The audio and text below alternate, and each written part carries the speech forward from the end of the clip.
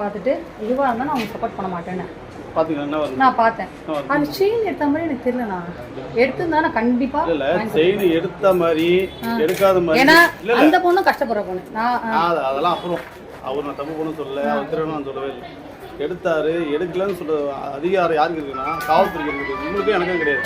SP வந்தாங்க. யார் SP வந்தாங்க? நாங்களும் பார்க்குறோம். போட்டோலாம் எடுக்கிறாங்க. அடுத்து வீடியோ எடுப்போமா? வீடியோ எடுத்து போஸ்ட் கொடுப்போம். நாங்கள் யார் எஸ்பி வந்தால் நாங்கள் கேட்போம். வீடியோ எடுத்து போஸ்ட் போடுவோம். சூப்பர் மார்க்கெட்டில் வேலை பார்க்குறேன். வேலை பார்க்கும்போது அம்மா சரி வீட்டுக்கு போகிறாங்க, வீட்டில் வேலை நடந்துட்டு இருக்குது, செயின் அம்மாவுக்கிட்ட கொடுத்து விடணும், எடுத்துன்னு போய் அம்மா அதை வச்சு எதனா வேலை செய்வாங்கன்னு சொல்லிட்டு நான் பேக்கில் வச்சு கொண்டு வந்து பேக்கை வச்சுட்டு நான் எப்பவும் போல் உள்ளார வேலை செய்துட்டு இருந்தேன்.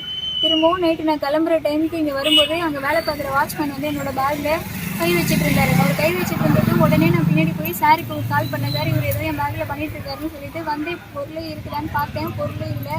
அதனால உடனே நான் இன்ஃபார்ம் பண்ணிட்டேன் சாருக்கு. இன்ஃபார்ம் பண்ணதுக்கப்புறமா வந்து விசாரித்தோம். சரி நிறைய தடவை கேட்டு பார்த்தோம், அவர் எதுவும் சொல்லலை, தப்பு பண்ணிட்டேன்னு சொன்னார். அப்புறம் பொருளுக்கான பணம் தரேன்னு சொன்னார். அதுக்கப்புறம் என்னென்னவோ பேசினாங்க, யாரையோ கூப்பிட்டு வந்து பேசினாங்க. பேசிட்டு நாளைக்கு பேசிக்கலாம் அப்படின்னு சொல்லிட்டு போயிட்டாங்க. அவங்க நகை எவ்வளோ மதிப்பு? அது 4 கிராம் நகைங்க சார். 4 கிராம் நகை வச்சுருந்தாரு. இப்போ புகார் கொடுத்ததுக்கு அப்புறம் உங்களை யார் பேசுறாங்க? புகார் கொடுக்க வரும்போது ஒரு தடவை நாங்கள் கேட்டோம், இப்போவும் எங்கள் பொருளை கொடுத்துருங்க, கொடுத்துட்டா நான் கம்ப்ளைண்ட் பண்ண மாட்டேன், எங்களுக்கு கஷ்டமாக இருக்குதுன்னு சொல்லிட்டு அந்த வாட்ச்மேனுடைய பொண்ணுக்கு ஃபோன் பண்ணி பேசணும். அவங்க சொன்னாங்க 2 நிமிஷம் இருங்கன்னு சொல்லிட்டு அவங்க கட் பண்ணதான் உடனே ஒரு ஃபோன் வந்தது. அந்த ஃபோனில் ஹலோ நான் எஸ்பி வந்தேன்னா பேசுகிறேன், தாம்பரத்துலேருந்து பேசுகிறேம்மா, கம்ப்ளைண்ட் கொடுக்காதீங்க, வெயிட் பண்ணுங்க, 2 பக்கமும் பேசலாம் விசாரிக்கலாம் அப்படின்னு சொல்லிட்டு சொன்னாங்க.